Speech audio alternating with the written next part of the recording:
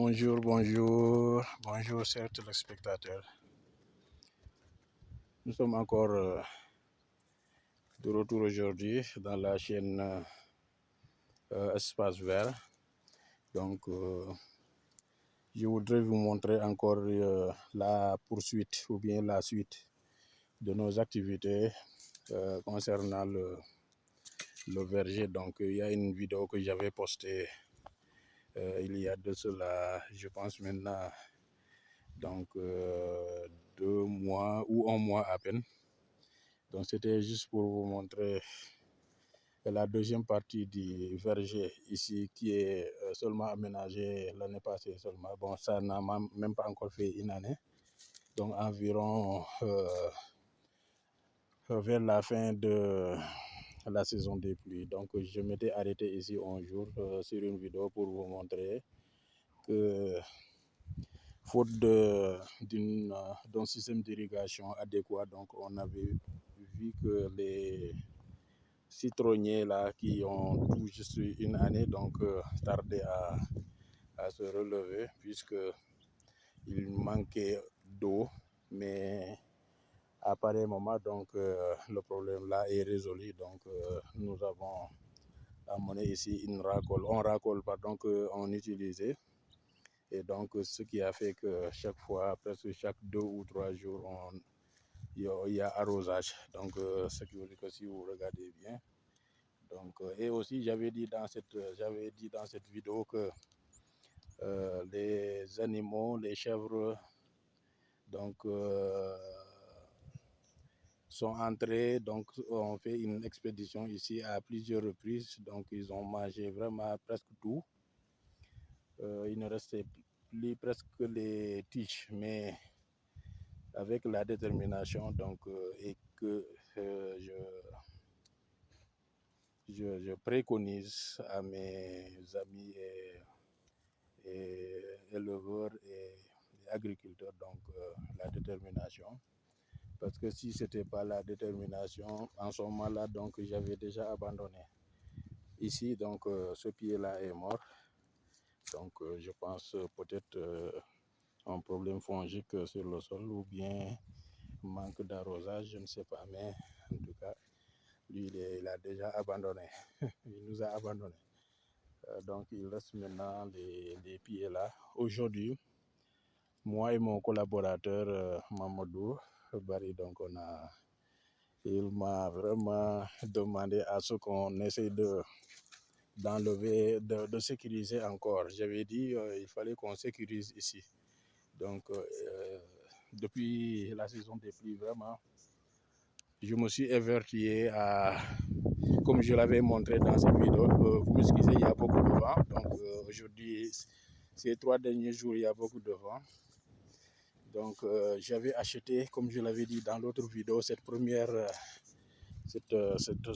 grillage. Bon, un grillage fin, mais vraiment, c'est pas solide du tout.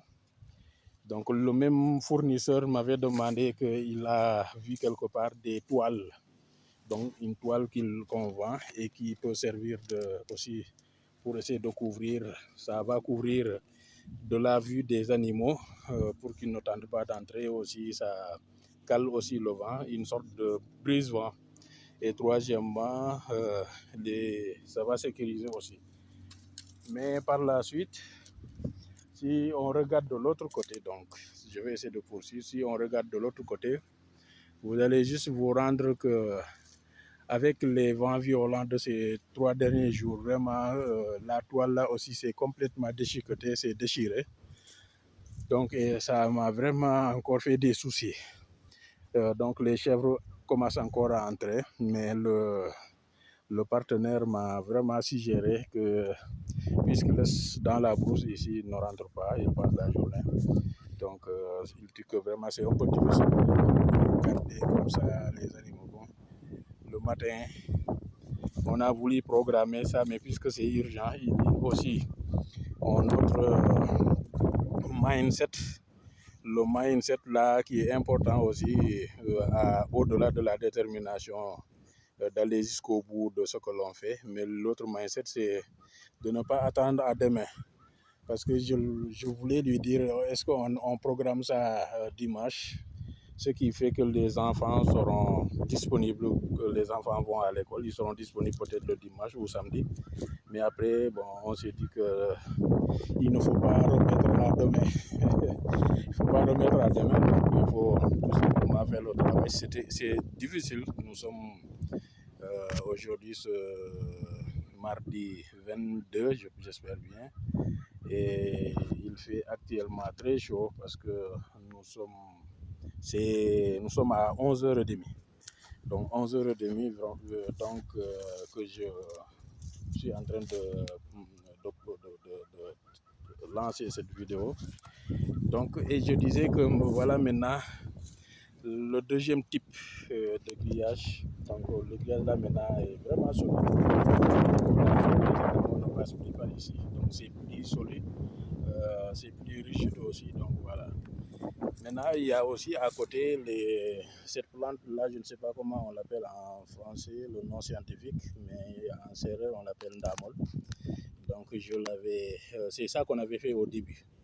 Voilà l'arbre, la plante qu'on a fait au début, c'est tout juste ce qui se trouve ici. Parce que ici, je suis à côté de notre verger qui est abandonné, mais à cause d'un puits que j'avais cédé. Donc, là, c'est mes parents qui avaient offert ça gratuitement donc, à ce village-là qui est ici à côté, le village qu'on appelle Bassis.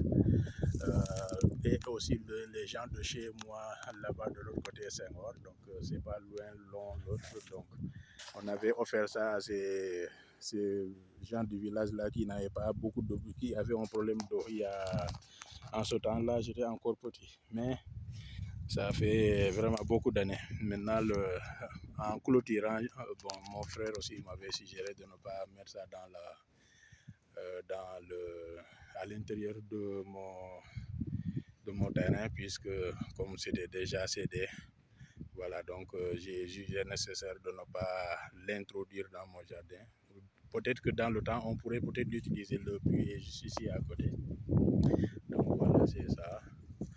Mais bon, donc c'est ce qui fait que je ne pouvais pas maintenant rattacher mon grillage là ici à l'autre, parce que si je le fais aussi, le puits là risque d'entrer ici.